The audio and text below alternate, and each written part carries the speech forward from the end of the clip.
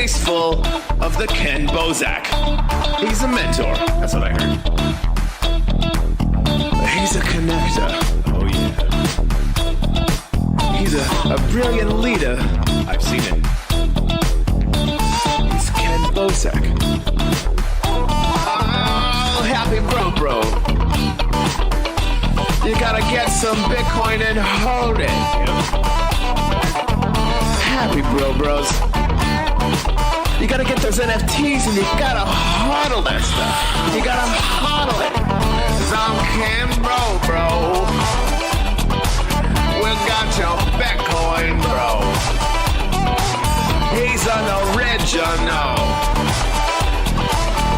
Buy some NFTs and hold them. How many times does he have to tell you? Going to the moon. Going to the moon. We're going to the moon. We're going to the moon. Going to the moon. We're going to the moon. We're gonna get real high. We're gonna get real high. We're gonna get real high. We're gonna get real high. Yeah, we're going to the moon. We're going to the moon. Bro, we're going to the moon. Oh yeah, we're going to the moon. We're gonna get real high. Real high. Yep. Real high. Hello, happy bros. Come get some Ken Bozak.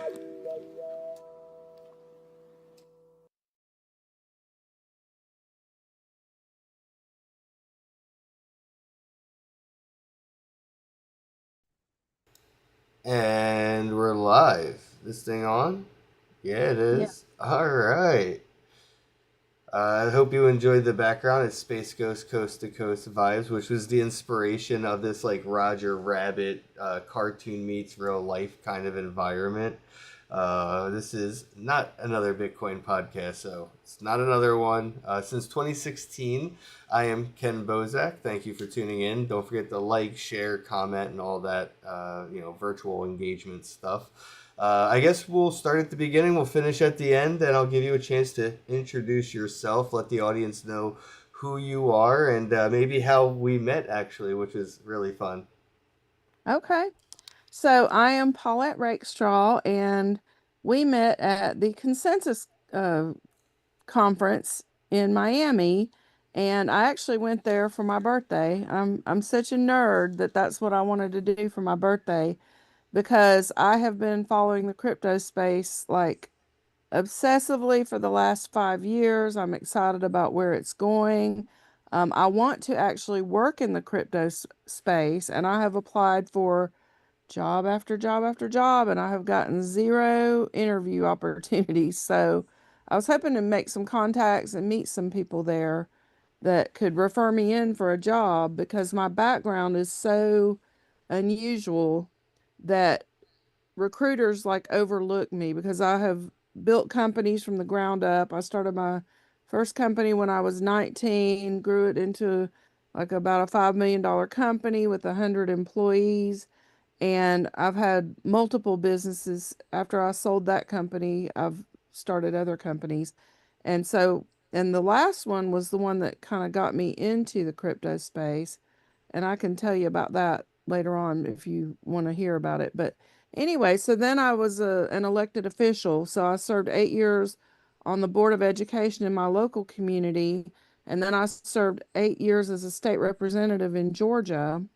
And then I was appointed by the governor to be the Georgia commissioner for the Compact for a Balanced Budget Amendment, which is a state-led initiative to require Washington to balance the budget and limit their ability to keep raising the debt ceiling, which is going to send us off the fiscal cliff. And I think crypto is going to be the solution. However, we still need to get this legislation done, because Washington's not going to rein their spending in themselves. The states need to take action, and they can band together to do that. And but the problem we have had is we had a we had a funder that was funding the initiative initially, and we've had trouble raising money for the initiative, but it is so needed to save our nation. And the funder passed away, and his family decided not to continue the funding. So we've been operating on a very shoestring budget, which makes it hard to get the word out. And I've worked in different states, in different legislatures to pass the compact amendment. It's actually got the amendment language written in the bill, and it's very well done, very well thought out, and it's the only thing they can take up at like a constitutional convention. So it safeguards from a runaway convention where they can open up the Constitution. There are concerns that other Article 5 initiatives, and there is one that's very well funded, but I think it's because they want to open up the Constitution to amend it and throw out things like the First Amendment and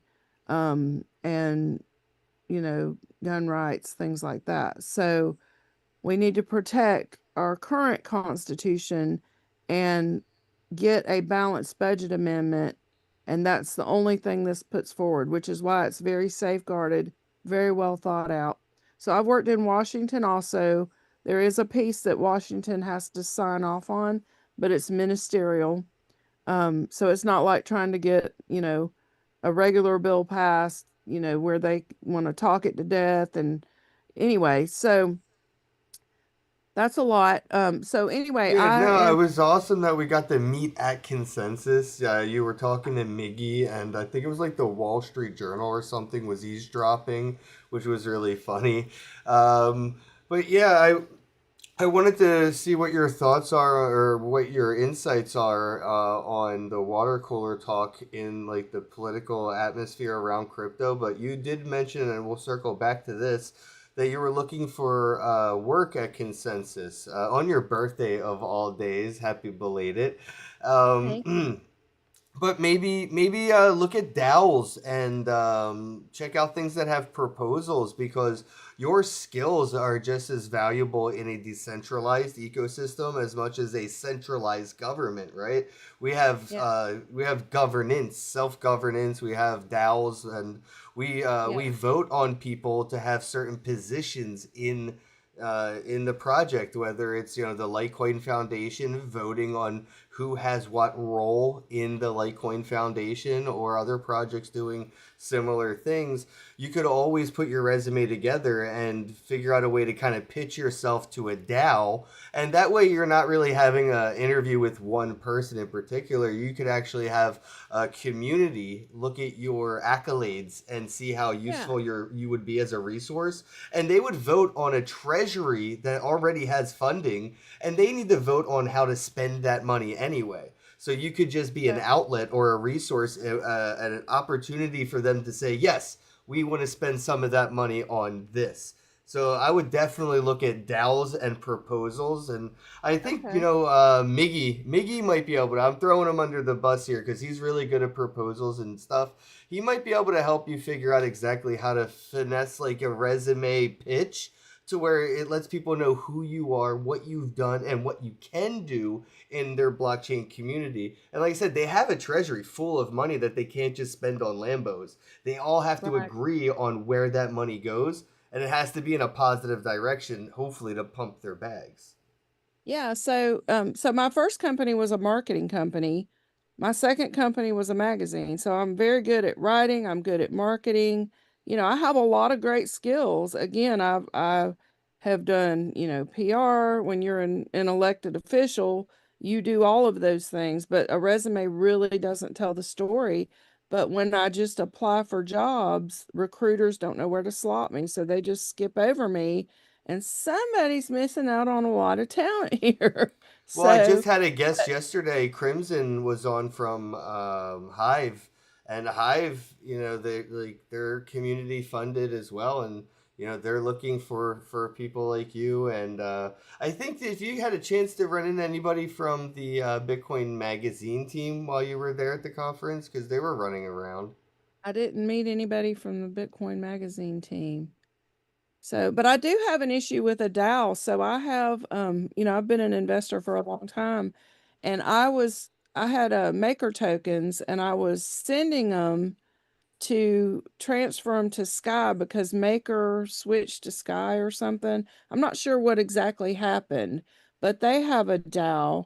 And when I went to copy, in my ledger, I went to copy the address for the Sky and sent some test tokens, and it went fine, or sent the maker tokens so I could convert them to Sky, and it went fine. Well, when I went back, apparently I picked up the contract address for the DAO, and I sent the rest Hmm. of the tokens to the DAO. So about $12,000 worth of tokens, and I can't get them back because they all have to vote on it. And I don't really know how to get them to engage with me. I tried to do it on Discord, and I kept getting all these spammy messages, and then it locked me out on Discord.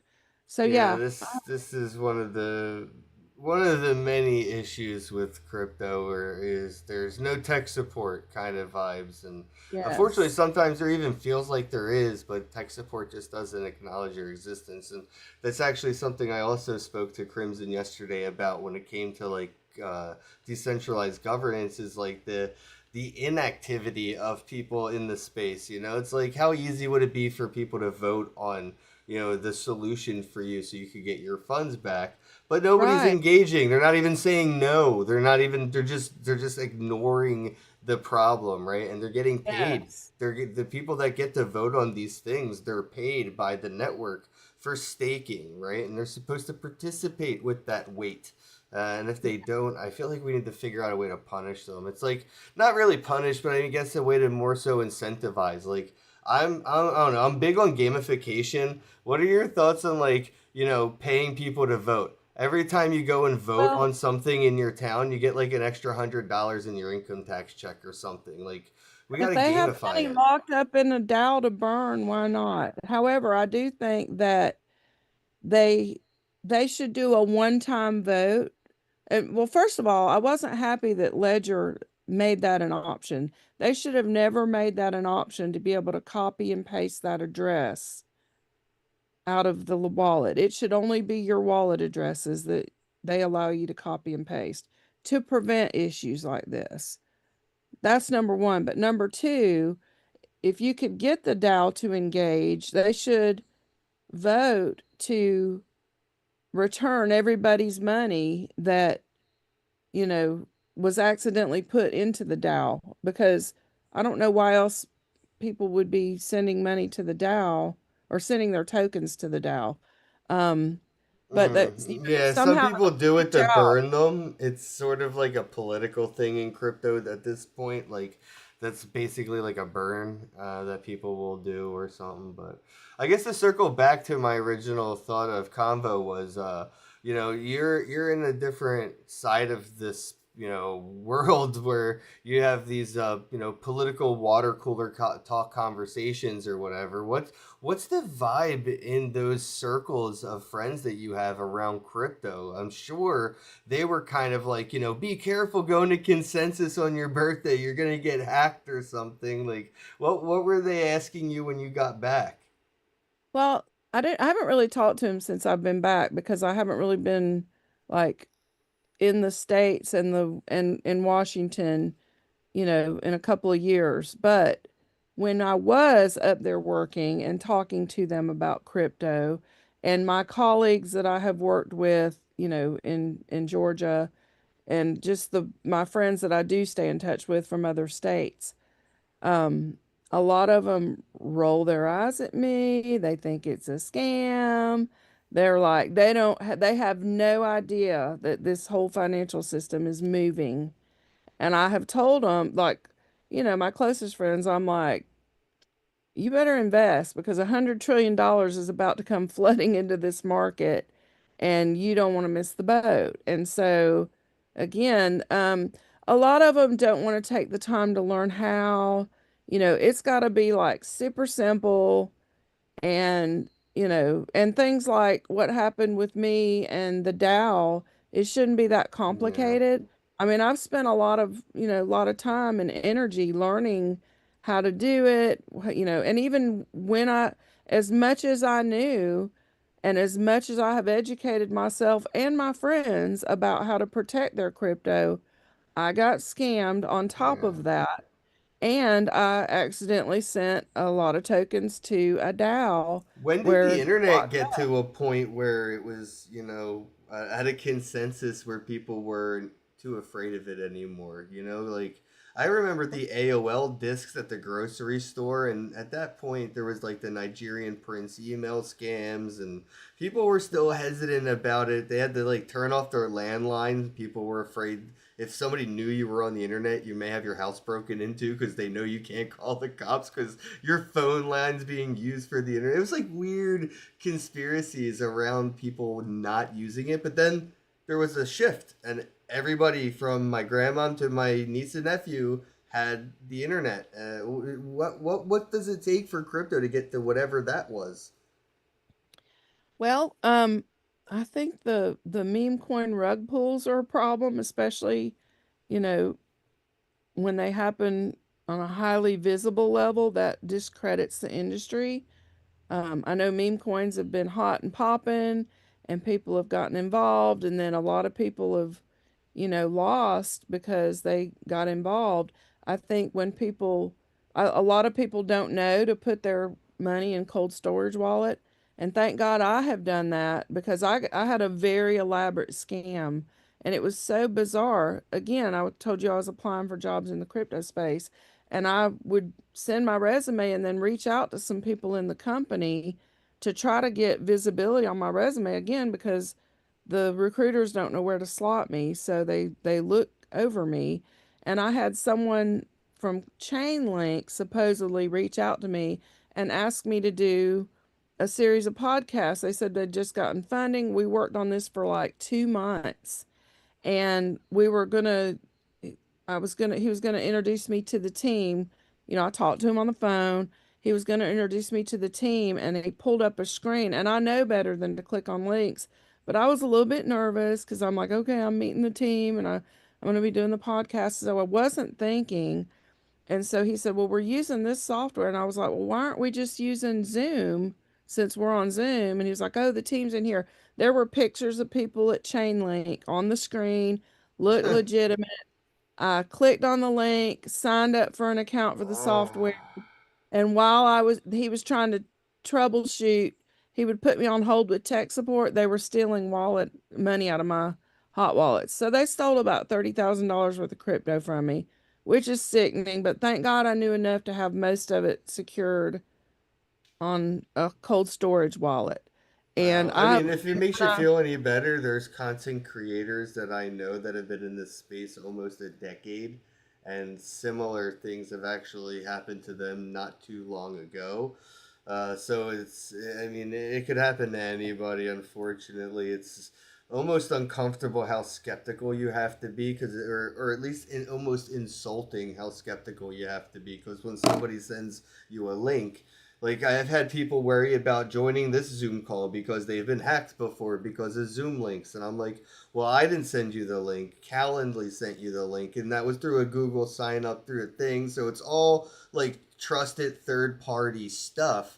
But it's yeah. still like, people worry about that. And you almost have to insult people to make Oh, sure that. definitely. Did you just copy and paste this link? And then, like, what keyboard are you using? Because you may have a keylogger. You may actually think you sent me the right link, but the keyboard that you're using on your phone or your computer, when you hit paste, it sent me a totally different link now. And, like, so yeah, I'm so sorry that that happened, but I don't know if there's a remedy to that situation outside of, user awareness, because there's no real repercussions or recourses for the criminals at this level, right? It's not like somebody, gonna take something out of your mailbox and then you can set a trap for them. It's people halfway around the world using VPNs and crypto that's swapped around through tumblers and mixers. And I don't know if you could come up with a preventative measure or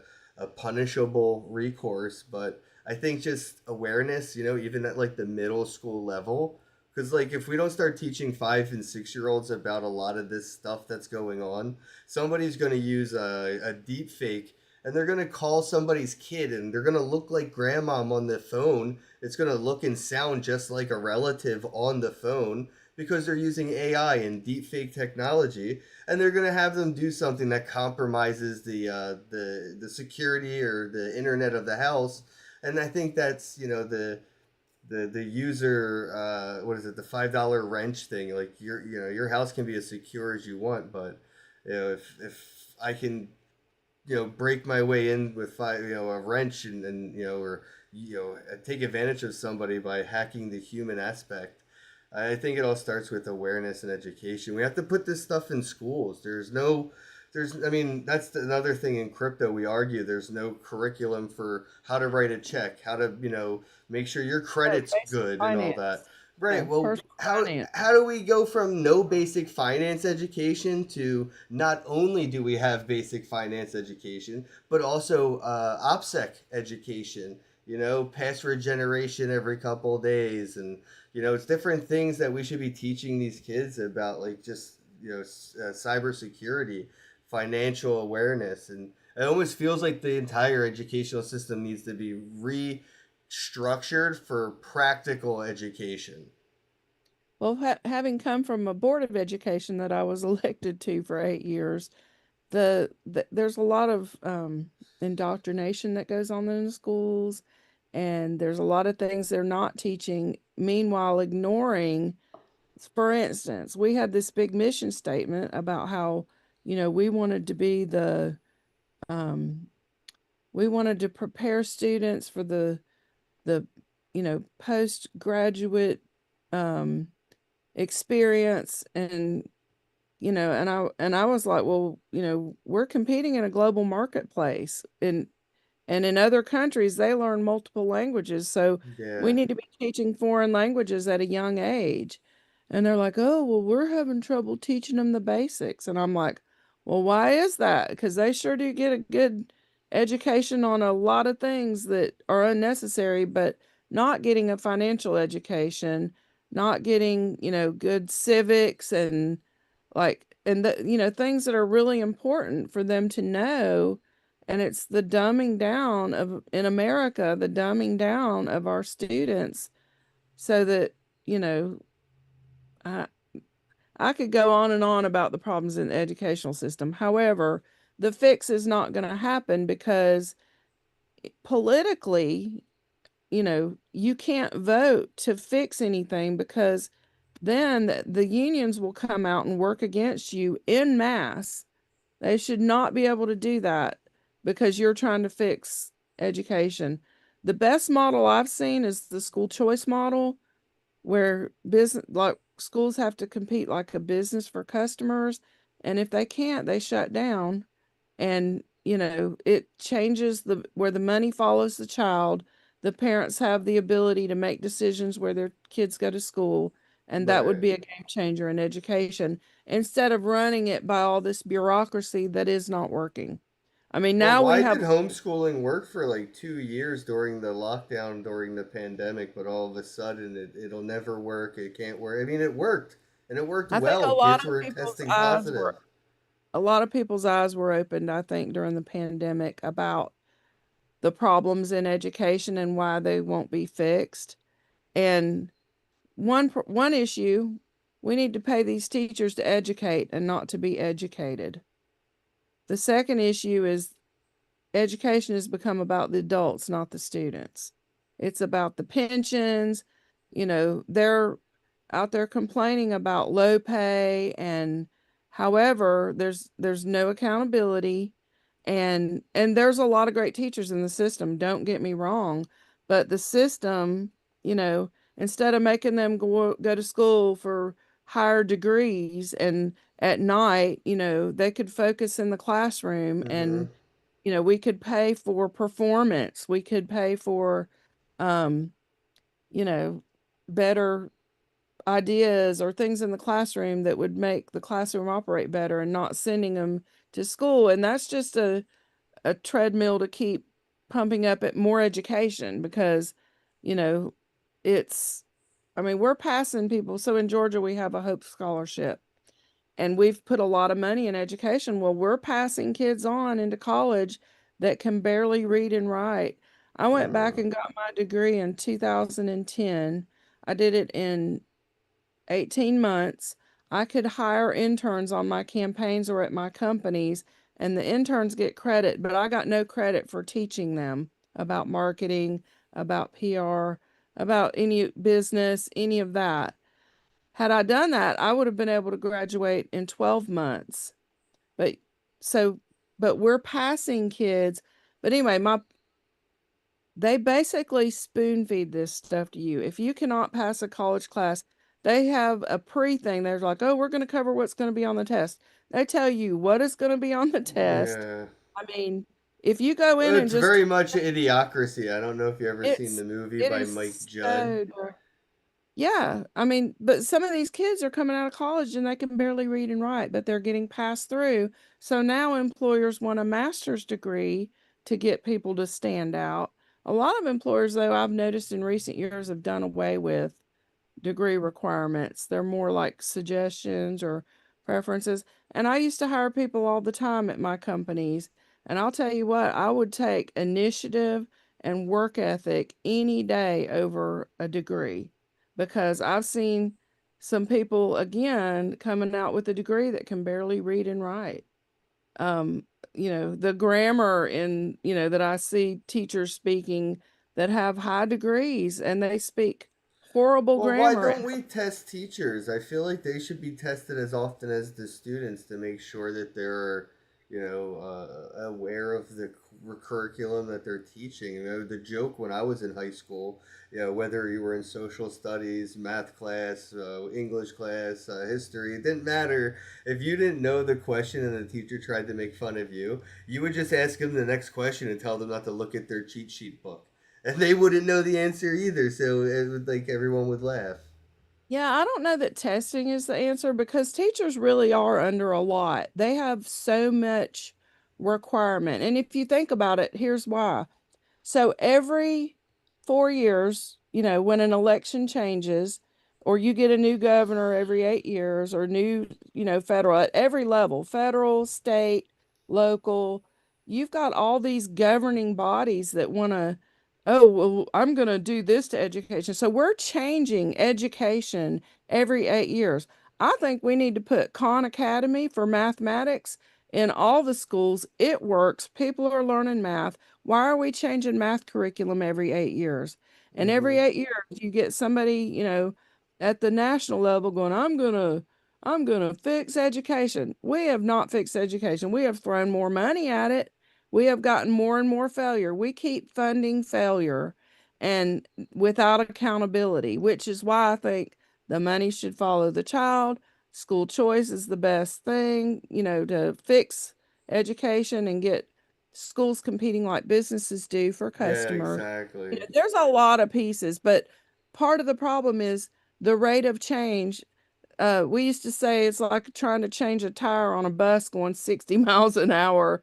Because then the state implements changes every 7 years, new textbooks, new this, Well, and it's there's all online colleges and online high schools, and I don't know, right. are there like online middle schools? And I mean, there has to be I mean, solutions there where, are, but then the other problem is you've got parents that want the babysitting service.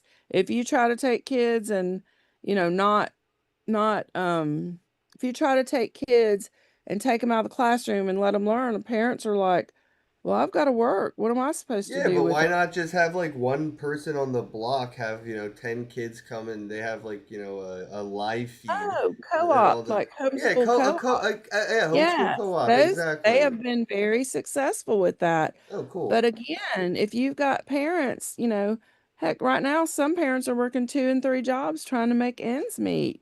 And a lot of kids, sadly, because of mental health and drug issues, another big problem we have to solve.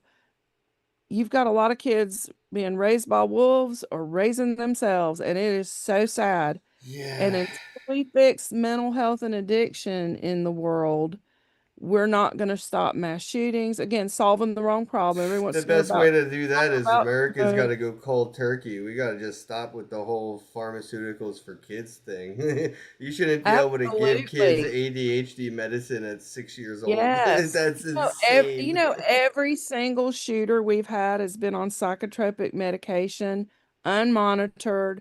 It that is a whole nother problem in itself, but we keep fighting over guns. And as long as we keep trying to solve the wrong problem, we're never going to solve the problem. Oh yeah, I've been on those drugs before because I was a pretty a rowdy kid, and it definitely fucks with your limits on things. Like Oh, definitely. like you almost become numb to Yes. consequence or whatever. It doesn't like if you're Yes. depressed or whatever, it doesn't really stop you from doing things that make you depressed. It's just now you're numb to it, so you just keep doing depressing shit without feeling depressed. It doesn't Yes. stop. It just yes, and then like I don't know. I remember being prescribed Xanax when I was in high school, and when I was on them at the time, everybody would make fun of the fact that I was like a little bit of a klepto. I would just steal random shit because I was so like I don't know. There was no that thing that would stop you from just like putting a thing like a giant Yeah. drink in your pocket. It just Yeah. wasn't turned on because of those Yeah. fucking drugs. So I was like, all right. Then even as a kid, I was aware of this stuff. So like, I got emancipated, stopped taking stuff, and I guess like I self medicated with cannabis, but that was about it. I stopped Right. doing all those And there's pharmaceuticals a at a young age because I was aware. I was like, this shit's fucking yeah. with like who I am as a person. Like I don't Right. And steal shit. there's a lot of good, I mean, I think that, plant medicines, a lot of good things in therapy that are more effective than, oh, well, here's a pill, but don't do drugs. But we're going to prescribe you meds, Yeah. and then we're not going to monitor it. And then We're they not. blame video games and music, and you're like, Yes. I And think it was the drugs they were on. Like, if they were on acid, you would blame the acid, but because they were on Xanax, you don't blame the Xanax. yeah, so there's no money in it for big pharma. However, there are a lot of medicinal qualities to things like mushrooms, to marijuana, and so a lot of people do try to self-medicate, but I would rather them get like clean versions of that and not have stuff that's laced with fentanyl, street Yeah, drugs that are dangerous, and we actually passed, medical marijuana in Georgia for we didn't congrats. yeah, well we when I was in the legislature, but we didn't deal with the cultivation aspect of it. So it's like Mm. if you can get it legally, you can't cross state lines. So that's a whole nother Yeah, whole I definitely want to get into growing my own because I feel like all the street drugs are laced nowadays sort of as like another psyop to get everybody to they're go to scary. the Yeah. dispensaries. I Yeah. never got laced. I remember it being like a conspiracy with like DARE and all those drug programs where like you're gonna buy Yeah. weed and someone's gonna lace it with drugs and I never got weed that wasn't weed. It was always just weed when I was getting it from the streets. But Yeah. now that there's a choice to go to a store and pay a company that sells it and pay 30% sales tax, all of a sudden the stuff on the street is really not safe. So it almost feels like an intentional Yeah. situation. And in like 10 years from now, somebody's going to fucking leak a document and it's going to be like proven that the government or like, Philip Morris has been the one like making all the street drugs really bad because they're even Yeah. legalizing psychedelic mushrooms where you could buy those at the grocery store in like Denver or at a gas Oh, wow. station. Yeah. Yeah. Well, there's a lot of, that's good for like depression and anxiety.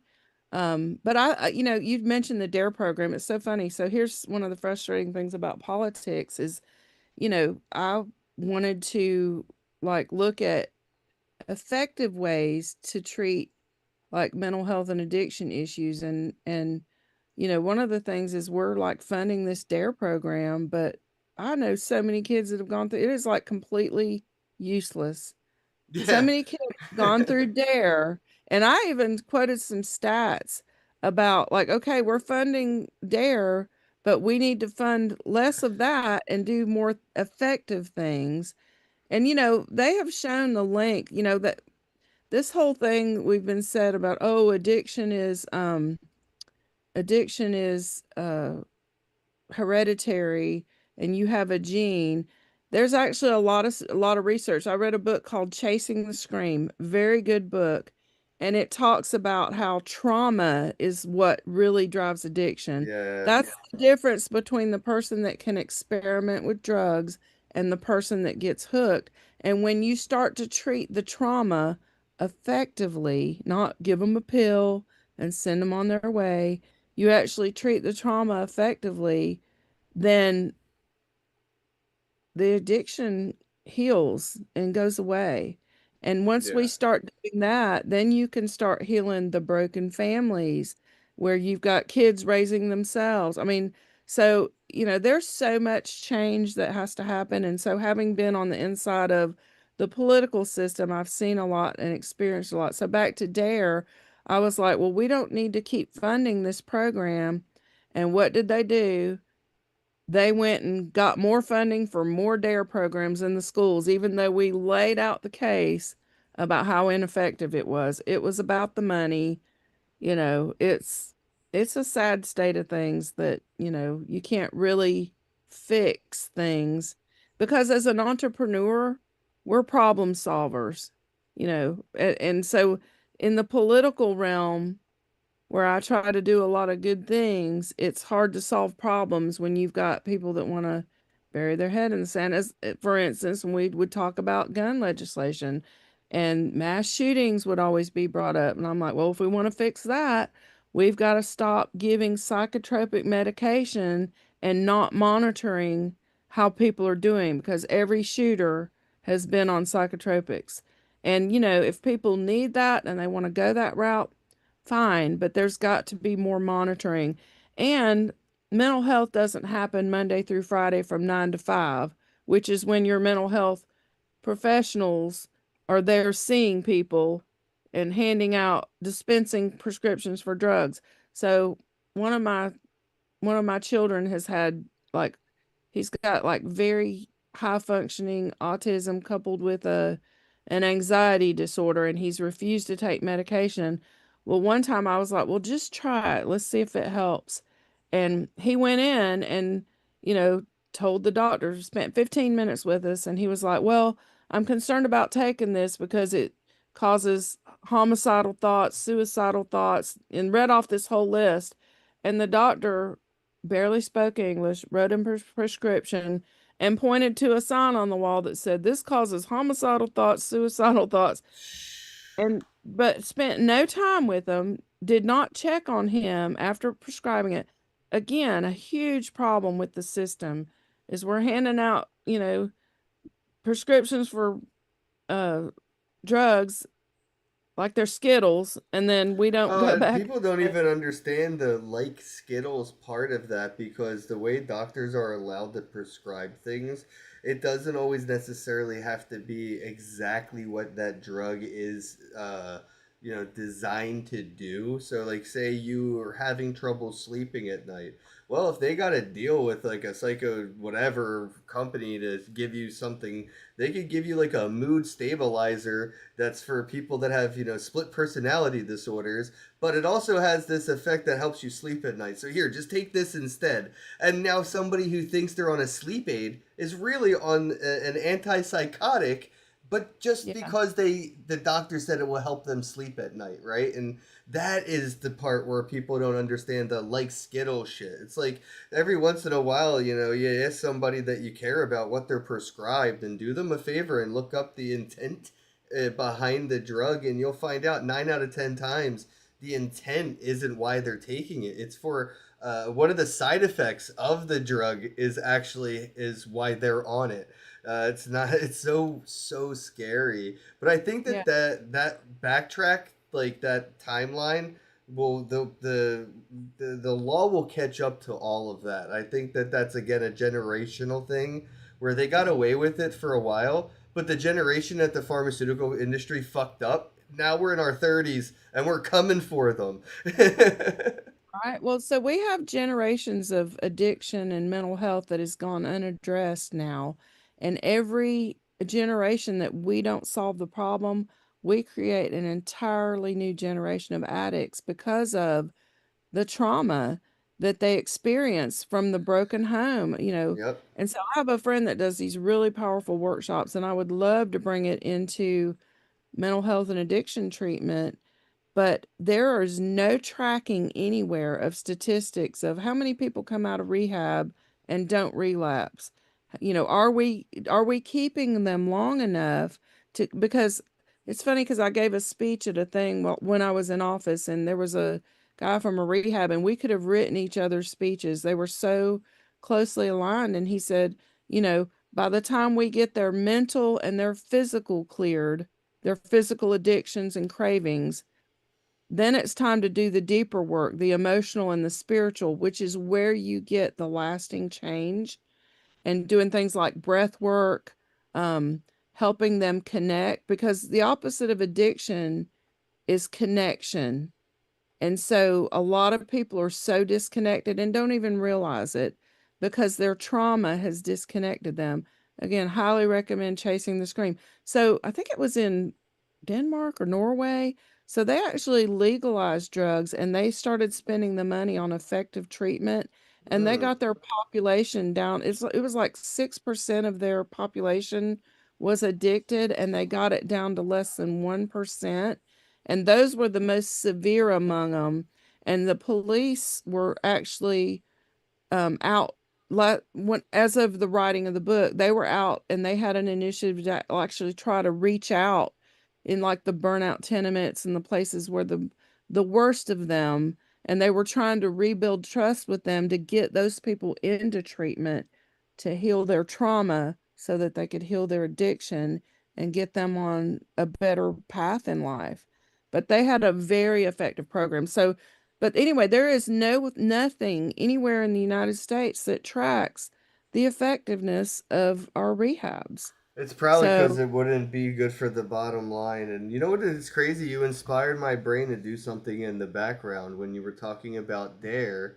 A good like OPSEC or like cyber security version would be sort of like, instead of Dare, something maybe called Scam, and then have it sort of be a cybersecurity program for kids, because a lot of these kids are going to start getting scammed hella hard, and parents aren't ready for that to be the biggest exploit, but it already kind of is. Look how many times kids steal their parents' credit cards to pay for Fortnite skins or Roblox, right? Like, parents wake up and there's like, wait, 10 grand, how? And the kids stole from you, bro. They're 6 years old, and they were kind of yeah, programmed to do it by the game, right? Like, yeah, but yeah, yeah, wait till people are using the tools like AI and deepfake to trick kids into giving them your credit card info, or a game specifically designed for kids to play, but it gives criminals a virtual IP into your house, like Pokemon Go, but it's really some criminal looking at the camera, seeing all the stuff that's in your house, right? Like, we need education around cybersecurity for kids, and yeah, instead yeah. of Dare, we could do Scam and do a cybersecurity version. Yeah.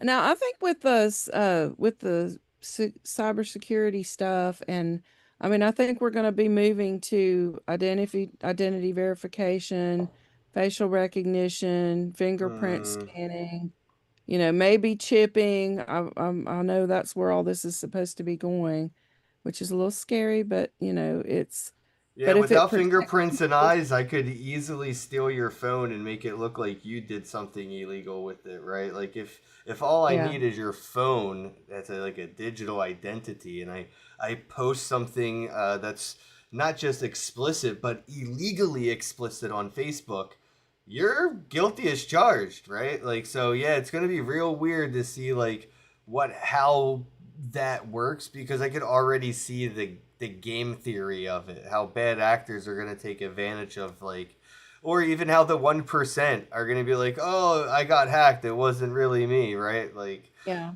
yeah.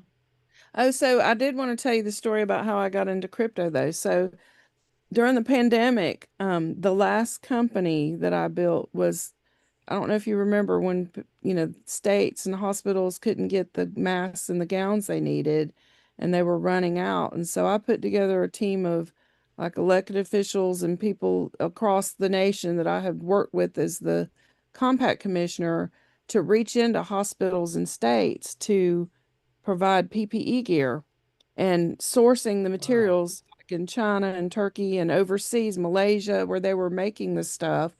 And so we were, we were working with states. Well, part of the problem is purchasing people wanted to, you know, operate like they always did. I'm going to spec it, bid it, and then award a purchase order. Well, the market was moving. I mean, prices were changing by the hour. Stuff would get sold out from under you. If you ordered the stuff, you had to have millions to buy it, like in orders. You had to order 1 million. They wouldn't just sell you like 100 gowns. You had to have Wow. big orders. And so, I think we had like one week we had like $26 million in purchase orders, and hospitals were calling us going, we're completely out of stuff. We're having to reuse our masks and gowns, which kind of defeats the purpose. So anyway, prices were changing. They'd give us a purchase order. Okay, the price just tripled in the last day, and if you ordered it, it took 8 months for them to produce it because production schedules were so backed out. But there were things you could buy, that were readily available, but you had to weed through the scammers. A lot of hospitals and states were getting scammed. And so once you got all those pieces lined up and you're like, okay, I've got Wow. good product here, you had to go to a bank to send a wire, and you had to have an appointment to get into the bank to send a wire, which could take a week or two. Well, that stuff would get gone, and then you'd have to start over trying to source Bitcoin product. fixes this. So I started sending crypto to secure it and just to get it to move, and then shipping, because you were ordering millions at a time, they couldn't just put it on plane. They were shipping it via slow boat from China, literally. And so it would take 4 or 5 weeks to get it here. And, then you had to clear customs and, so much bureaucracy. And so, that's what got me interested in crypto. And I was like, oh, I see where the world's going. And then I got avidly interested in that. So I've been heads down learning about that, for the last 5 years. And, Oh wow, so you see all the solutions and you know about all the problems, sort of like where the bodies are buried, and I'm wondering sort of what other epiphanies have you kind of had since then where it was like, oh, this would just make this so much easier. What are some of the other things you'd like to see, crypto used for or parts used in? Because for me personally, I think it would be fun to see like the lottery kind of utilizing blockchain technology since it's yeah, a voluntary tax. We could use blockchain technology and do these lotteries that are more fair, they're transparent, they're auditable. We know the yeah, random number generator is actually going to pick a random winner, and we could see yeah. the payouts and all that stuff. Yeah, it'd just be really cool There's to see like so, the lottery be crypto. But yeah, what are some things you'd like to see? I mean, there's so many. I mean, just AI coupled with, I mean, the AI, it's like we have two revolutions coming together, crypto and AI at the same time.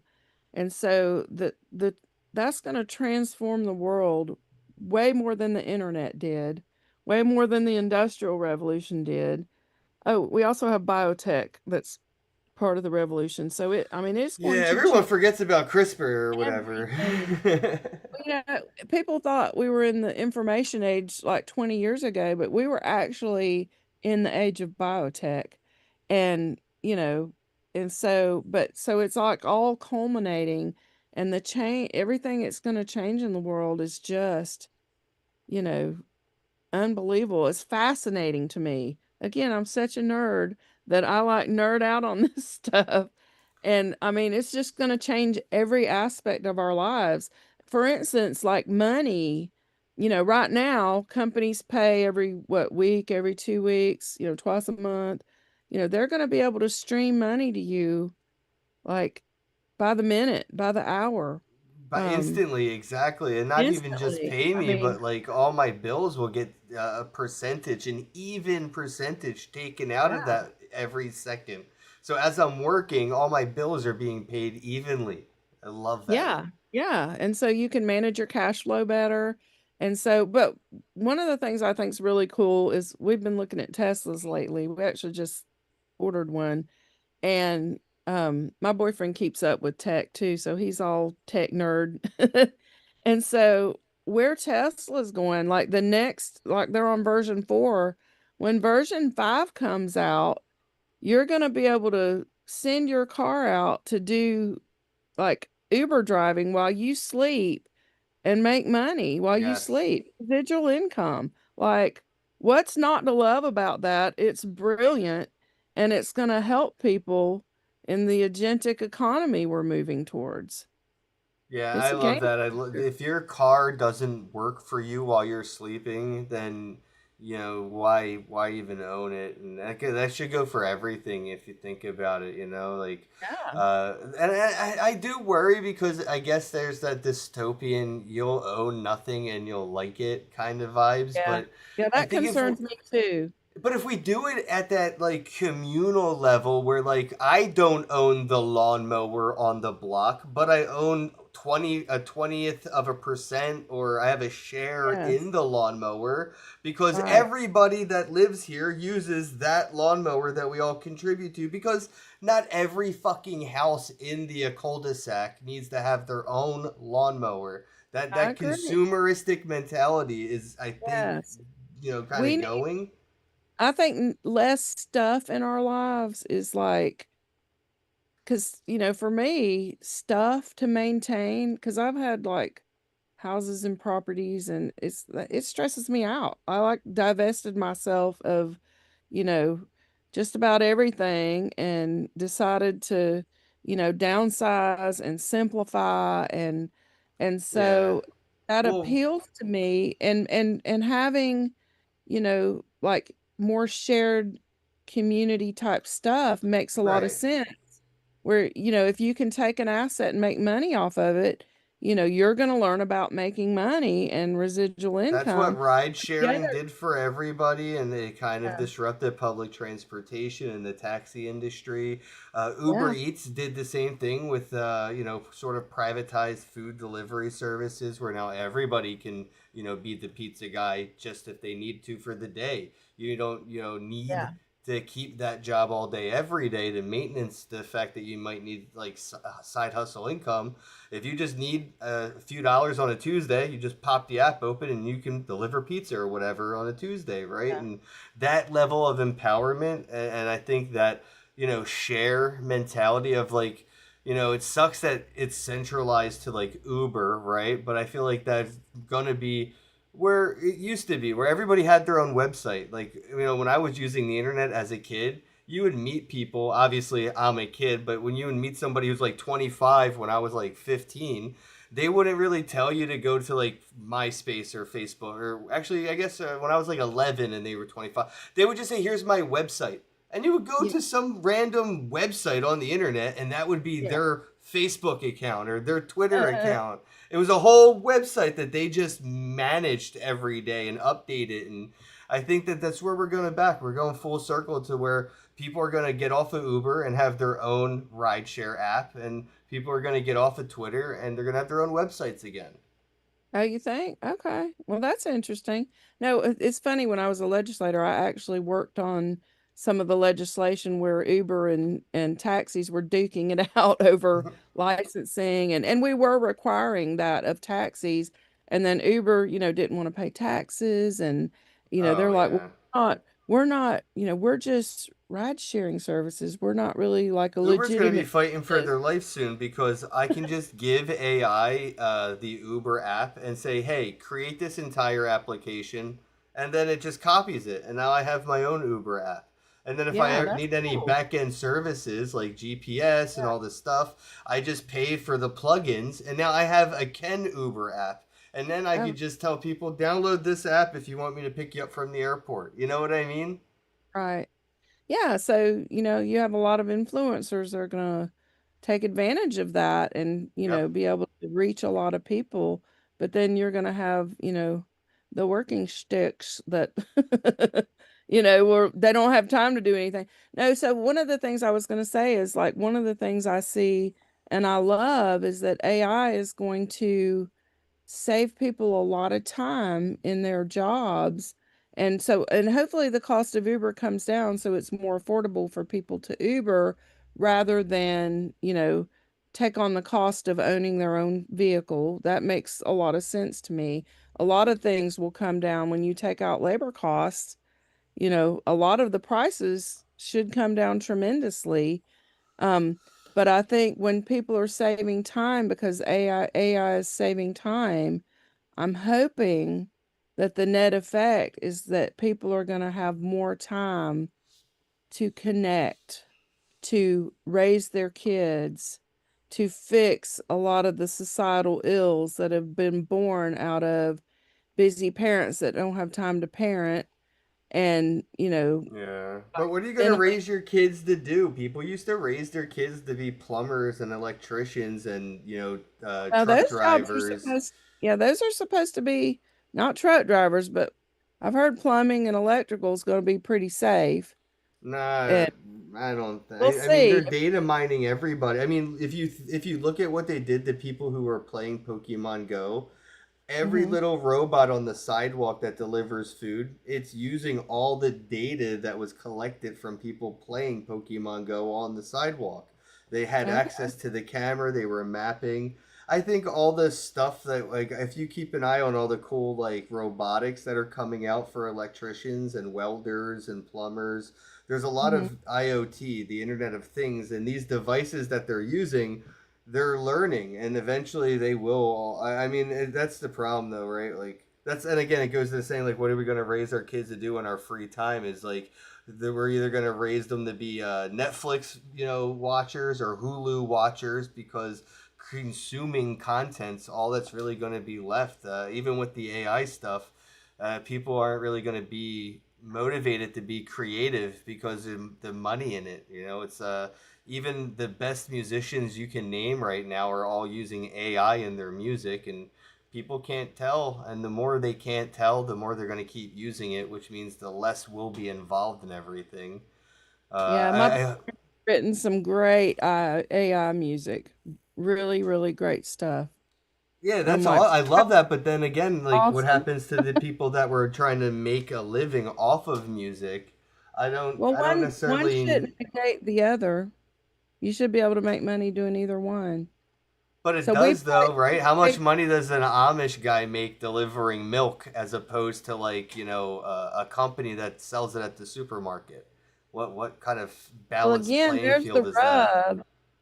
There's the rub. When you take the labor costs out, the prices of everything should come down.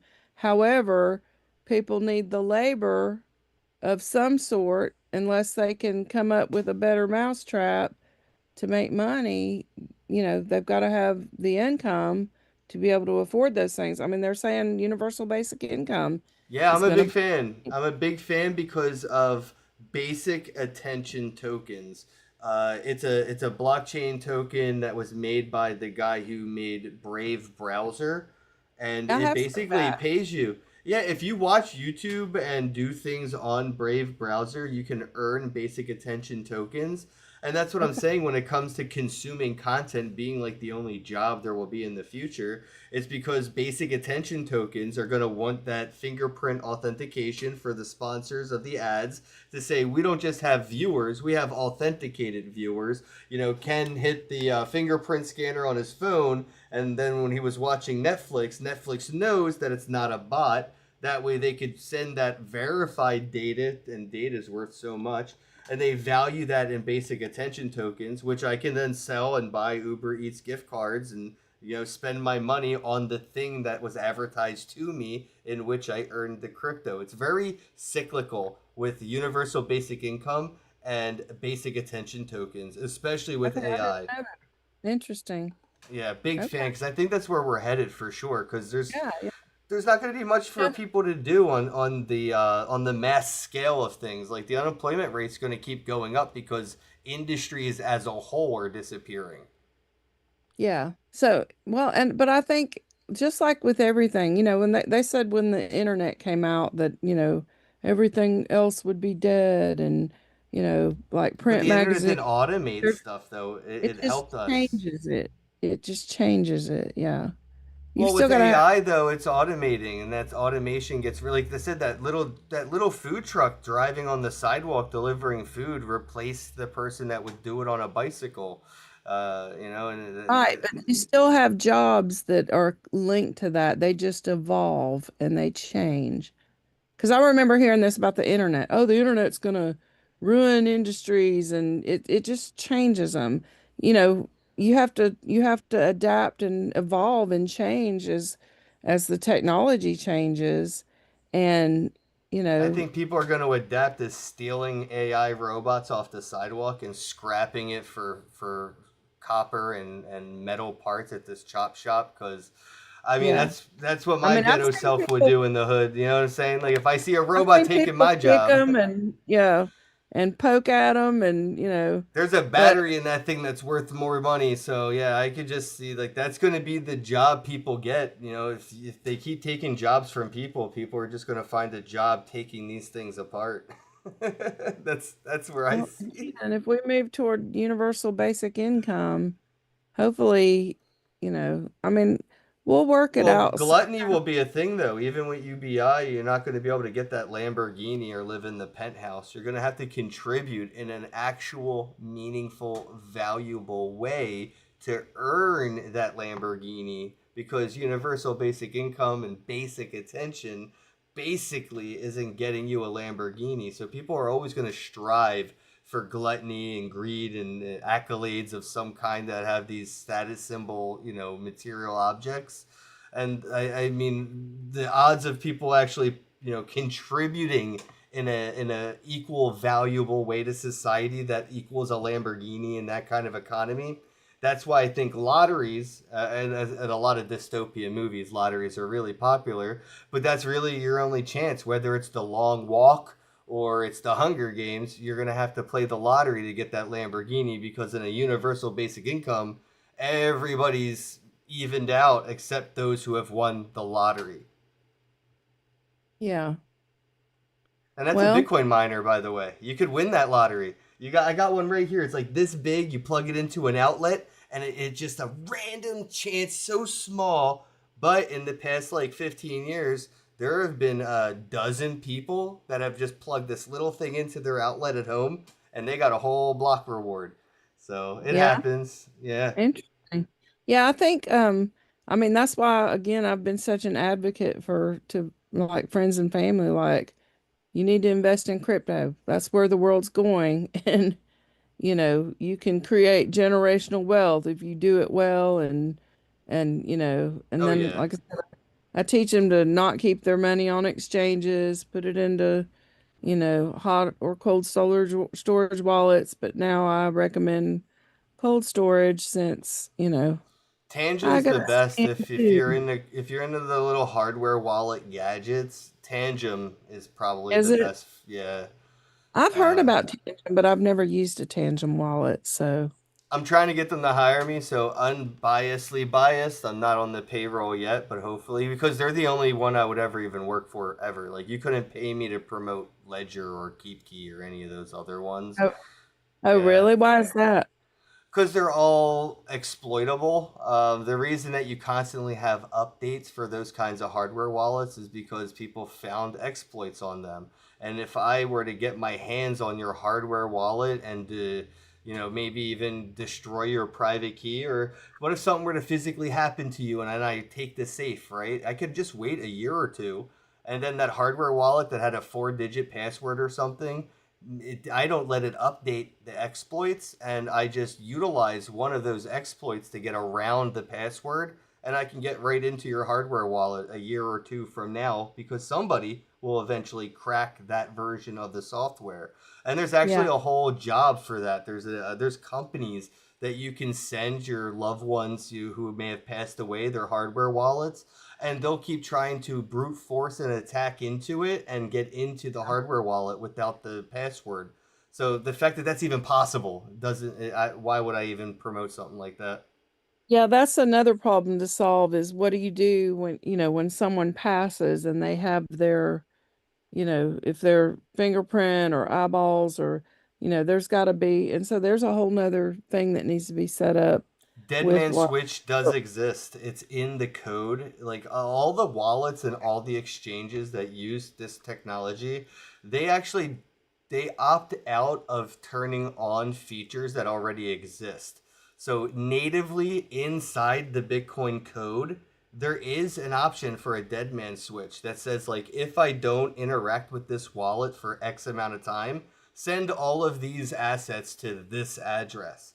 And so if something were to happen to you and nobody could access it, hopefully, you have a lawyer who has an address to a family's trust, and the trust will eventually receive it when that time period is triggered where the inactivity, happens. So it's all yeah. there, but nobody turns it on. And I think that that's out of that whole like pump my bags because the less crypto that's in the market, the more it's valuable, right? Like all the gold that's lost at the bottom of the ocean and sometimes when you see what happens to gold in transit, it doesn't look like an accident. It feels like they were kind of betting on the market having a supply issue at that moment, right? And I think they do the And same thing on to Bitcoin. purpose. They're like, oh, there's less Bitcoin available in the supply because look at all this lost Bitcoin, right? Oh, I yeah. mean, yeah, it's lost because the people that made the software sucked at helping people be their own bank. When you are being your own bank, it helps to have all the cool features, all that security stuff, but the wallets that are, being built, they're so remedial that they don't even have the basic redundancies for being your own security guard in the wallet where you're being your own bank. So what is it you like about Tangem? How do they get around these issues? They actually have a chip that's proprietary that's on the actual thing. It's similar to tap and pay for your credit card, and then it Okay. uses your phone to sign a handshake for a 2FA. So you need to have your phone, which is all the extra stuff that's secured on your phone. If you're using an iPhone, even more secure. And then you get into the app. Then you have to tap it, and then you have to like put in another password. But that physical card, if somebody were to steal it, there is literally, even with exploits, no way for you to get into it and do anything with it. And I Mhm. guess if you were to steal my phone and the card without knowing anything, I still, I mean, you can't get through, the FBI can't get through iCloud. So yeah, it's like the most secure way to have like an actual 2FA on your hardware wallet. Because a lot of people that use 2FA, like, Google Authenticator, it's on the same device that they're asking for the Google Authenticator, right? So like you see somebody on their phone, they're trying to log into something and it says get the 2FA. On the same phone, they just go to the app and get the 2FA. There's Yeah, not two things there. You need another separate phone that does right. that, and that's where Tangem and your phone come into play with the actual 2FA. Okay. You could take a ledger and plug it into anything, or a keep key, plug it into whatever software that's running it. But it's And it's unique quantum proof? signature, huh? And it's quantum proof? Not, I don't believe in quantum proof. I think that's the Y2K buzzword of my generation because for anything to be quantum proof, you need quantum to attack it, right? Like you can't say something's fire retardant unless you tried to set that shit on fire. And we don't have quantum computing to attack things to prove that they're quantum resistant. And I think Yeah. when real quantum computing does exist, it's going to it's going to change people's small brains because people Yeah. think way too small when they think about quantum computing. And if we Right. even get close to quantum, nothing matters anymore. Nothing matters. It's like the end of that three body problem movie where it's like some random hacker is going to change every Wikipedia and nobody's going to know what's real or fake anymore. It's going to be like crazy. But this is the part of the evolvement I'm talking about, where jobs will come up as things evolve to solve these newer problems that are created in the market as AI and all of this comes But together. what's the equivalent of like the burger flipper in a world where the burger flipper is a robot arm? You know, what's the equivalent of the most remedial job for the most Well, I remedial think you're person? going to have less remedial and more of the high skilled jobs where that pay better. They're going to be higher paying jobs, and the remedial will probably be the ones that are doing the UBI. Yeah. Yeah, I guess. I mean, I feel like that creates a species difference where like uh people won't be able to afford to breed as much as those outside of the UBI. So UBI population will dwindle as the population that isn't so much on the UBI side gets to flourish in reproduction, right? And I don't know. It's a weird People like are, dystopian thing. yeah, but people are having less children nowadays in the US anyway. Other countries are having 9 or 10 kids per family on average, and that's part of their takeover plan to take over just based on sheer population. It's So, working. It's totally gonna work. I see it, and I actually that whole conversation inspired me to come up with a campaign. I haven't started the campaign yet, but I want to. Stop reproducing with billionaires, and if we can convince the 99% to stop reproducing with the 1%, they'll have to go extinct or become inbred because like nobody is going to want to breed with the 1% anymore. So like once somebody hits like 8 figures, 9 figures type shit, like we just refuse to reproduce with them as a whole in society, and we let them be a linear dynasty where their bloodline just dies off and all that money goes to us, the 99%. If we stop right, we can take the wealth from the wealthy if there's nobody for them to bequeath it to. And there's nobody for them to bequeath it to if we don't reproduce with them, because eventually the 1% will get to an inbred line and it will be illegal for them to reproduce and all their money will go to us. So this is how we steal the money from the 1%. We stop reproducing. well, I don't believe the 1% is the problem. I think they've been the job creators in the world, and they've provided all the opportunity. And as crypto evolves, hopefully we're part of the 1%. So why would No, you I'm with begrudge you. I'm with you, but the hoarding, 1%? the 1% hoarding. Warren Buffett, Jeff Bezos, and Mark They're Zuckerberg, they're Elon the Musk. most philanthropic people in the world. They fund everything. Not the most. It's not Everything. like they're doing 90%, right? They could live on 5% of what they make a year and still be living better than 99% of the people on the planet. They hide their gluttony behind altruism or their greed behind philanthropicness, and I don't know. They don't trick me with their magic shows. I see what they're doing with this hand, but I also see what they're doing with the other hand, like Oprah buying all of Hawaii and shit after it burned down. I'm like, I see you. You can't trick me with all your donations over there. So I think you can be, I mean, I think they may just have different interests, but I think a lot of people that will be part of the 1%, they'll want to give back, but at the same time, they're paying the bulk of the taxes. They're creating all the jobs that, I mean, basically Yeah, but they all their fund employees are on welfare. they fund everything. No, they're not. You're saying all the employees of Google Well, and I Microsoft mean, are I'll no, welfare? not Google directly, but Okay. I mean, I'll indirectly through their third party companies. You know, not everybody who works for Google works for Google. They have like 6 different company umbrellas, and a lot of those employees under their umbrellas, where it does, Alphabet doesn't look so bad, but their subsidiaries aren't doing so great. There's always somebody at the bottom. I mean, for anybody to win. That's why I have a problem with selling crypto. I always hate it cashing out for like dollars in profit, because for me to make money, somebody had to lose it. Like if I gain $10 on holding Bitcoin, and I sell some Bitcoin, I gained that $10 from somebody who decided to sell some Bitcoin at a loss. So like that what do they call that? It's like financial entropy, I guess, at some point. Trying to Yeah, see but where they that didn't energy have to. comes from They and goes. choose. They chose to sell that at a loss. They could have hung on to their Bitcoin. True, but then it gets into like, do we really have free will, products of environment, nature versus nurture, and like, what if their Well, kids were sick and they needed to bet the house on it to get like a surgery or something?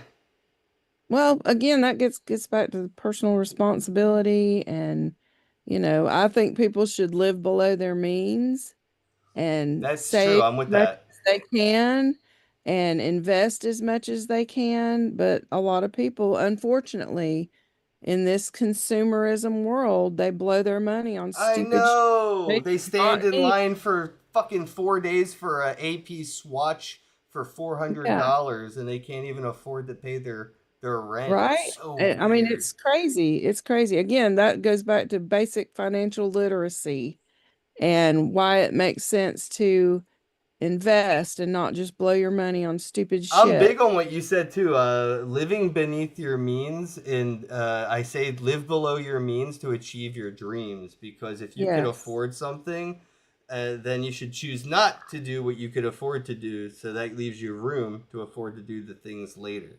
Well, But there's two ways to go about it. You either figure out how to make more money or you figure out how to cut your expenses.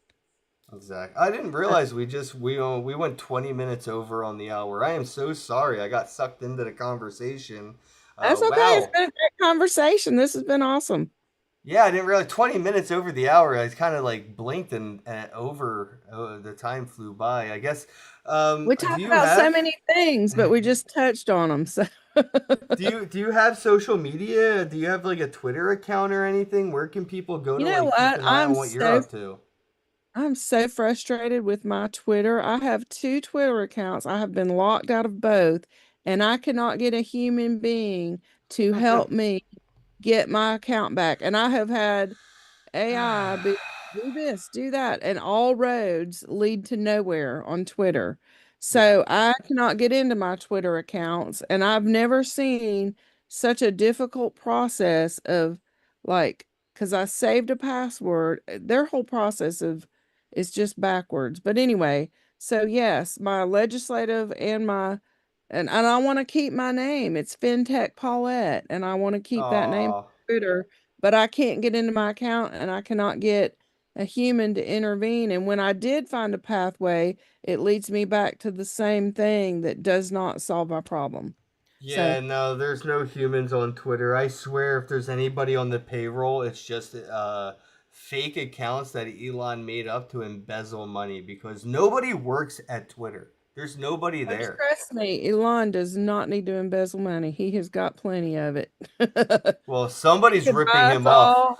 He could buy Somebody us all and sell us at a yard sale. somebody convinced him that all these people work at X, and he never met these people, because I'm telling you, they're not there. Somebody convinced him to put all these people on payroll, and nobody's there. Elon, like, go check all the offices, because I've been trying to get in touch with a human for over a year now, and there's just no Same. way. That's Same. so It's so frustrating. All right, frustrating. well, I'll let it go from here. Paula, thank you so much for the vibes. Hopefully, I'll see you at another conference. There's Rare Evo in Vegas, NFT NYC in New York City, and Futurist in Toronto. Those three are worth checking out. Futurist is actually a really good one. I know it's in Canada, but your skills and resources are just as valuable to companies in Canada who are trying to maybe operate in the US. Oh, okay. Yeah. So can you send me a link or something to the podcast? Yeah, let me do the chat right here. I'll just send you this Telegram link real quick. It's t.me/. Ken Bozak, I think. It should be it, right? Let me double check. Oh. That should give you a link to my Telegram. Yeah, t.me/Ken Bozak. Ah, great. All right, and then in there I'll post the link to everything. Okay, sounds good. All right, Well, enjoy the day. Thank you. Yeah, I enjoyed it too. Thanks so much. All right, guys, don't forget, like, comment, share, all that fun stuff, and I'll see you guys tomorrow. Same time, same place. Have a day. Hello, happy bros. Hey, you're about to get a face full of the Ken Bozak. He's a mentor. That's what I heard. He's a connector. Oh, yeah. He's a brilliant leader. I've seen it. He's Ken Bozak. Oh, happy bro. You gotta get some Bitcoin and hold it. Happy bros. You gotta get those NFTs and you gotta hodl that stuff. You gotta hodl it. 'Cause I'm Ken bro. We got your Bitcoin, bro. He's an original. Buy some NFTs and hold them. How many times does he have to tell you? Going to the moon. Going to